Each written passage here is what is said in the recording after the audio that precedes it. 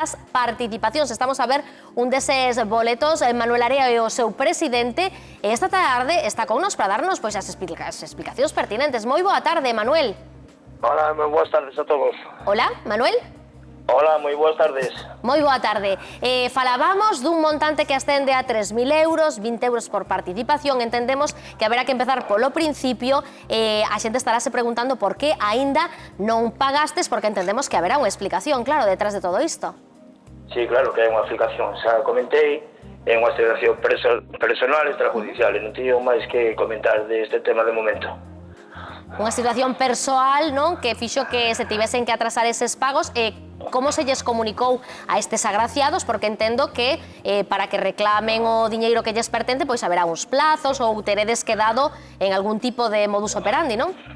Efectivamente, nós íbamos a pagar o día 9, pensábamos que tíamos todo resolto, pusemos o día 9 para pagar e non pudemos, non foi así. Logo convocamos a xente para dicirlle que hasta novo día, fecha e hora para pagarlle as participacións. O que queremos é transmitir a xente que comprou as participacións que estén tranquilas e os cartos están asegurados e todo o mundo vai cobrar as participacións que teñen cada persona. Desde o botón de ancla e desde a nosa directiva. Manuel, de canto falamos que tedes que pagar no total? Sabédelo? Sobre todas as participacións, 3.000 euros. 3.000 euros. Pero mira, e que hai destas voces? Porque claro, hai xente que di que xa pasou outras veces con esta asociación, isto foi así, non foi así, xa tiveste algún problema...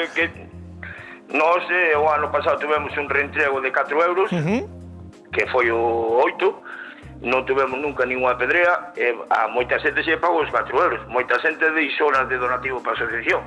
Non temos constancia de que pasará ninguna. Sí, que é o típico que se fai, non? Que cando é unha cantidad pequena, deixase para a asociación. Que a xente deixa, e nada máis, foi os 4 euros que nunca nos tocou unha pedrea. Pero ahora nesta ocasión, Manuel, tedes previsión de cando daredes solución, de como lle vades comunicar? As cousas están avanzadas, e nós o que estamos facendo é que estamos no Lar de Rosa pedindo o nombre e o teléfono para que a xente non ande pa aquí e pa lá, incomodándose a vir un día, a vir outro, collendo o nombre e o teléfono de cada persona para chamala. Tal día, tal hora, veña usted a cobrar a súa participación.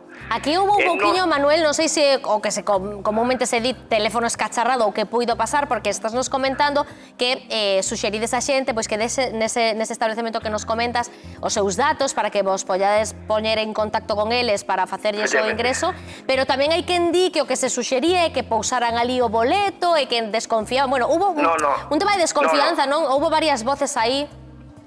Nunca pedimos as participacións. Está ali as follas con nombres e os teléfonos das persoas que pasaron por ali. Nunca se lle pideu a participación que a deixaran no bar, porque a participación tena que ter cada persona no seu poder para despois vir a cobrar. Sería lógico. Nunca se pideu esa participación a nadie. Vale. Solo el nombre de teléfono e el número para que a xente non ande pa aquí e pa lá molestándose a vir un día e outro tal como está o tempo. Es gran falsas estas acusacións, non? Deste ruxe da xente. Vou dicir unha cousiña que tamén nos están amenazando a directiva, a min e a toda a miña familia. Bueno, Manuel. Bueno, legalmente hai ata 3 meses para facer pago desta, o sea que estades moi en tempo para solucionar isto. Aparte entendo que cando é unha asociación, pois moita da xente comprou esta participación, serán amigos, serán coñecidos. Claro, é que entendemos pois que será unha situación complicada, Manuel, sentimos que verte así afectado, dende logo, e non era a nosa intención ni moito menos, senón, bueno, pois terá a oportunidade de que deras as explicacións pertinentes que, como insistías, querías dar unha mensaxe tranquilizadora, garantides que todo o mundo vai cobrar no seu tempo. Vai cobrar e non andamos escapados, estamos día a día aí, nos chaman xente amable, que non entenden a cousa, outra xente, pois claro, que non é así tal, lo comprendemos, máis nerviosos, pero sempre estamos aí a disposición da xente que ten as papeletas, nunca estivemos escapados.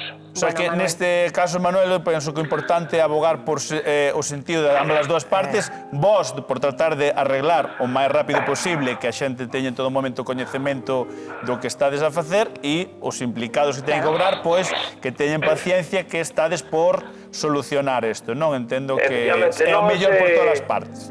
Nos levámonos ben con toda a xente marín, organizamos moitos eventos durante o ano, poñemos grupos musicales na Alameda, a xente ven bailar, e non sei, este revuelo todo, comprendemos que a xente ganou a participación, hai que pagar ya, normal, como calquera persona.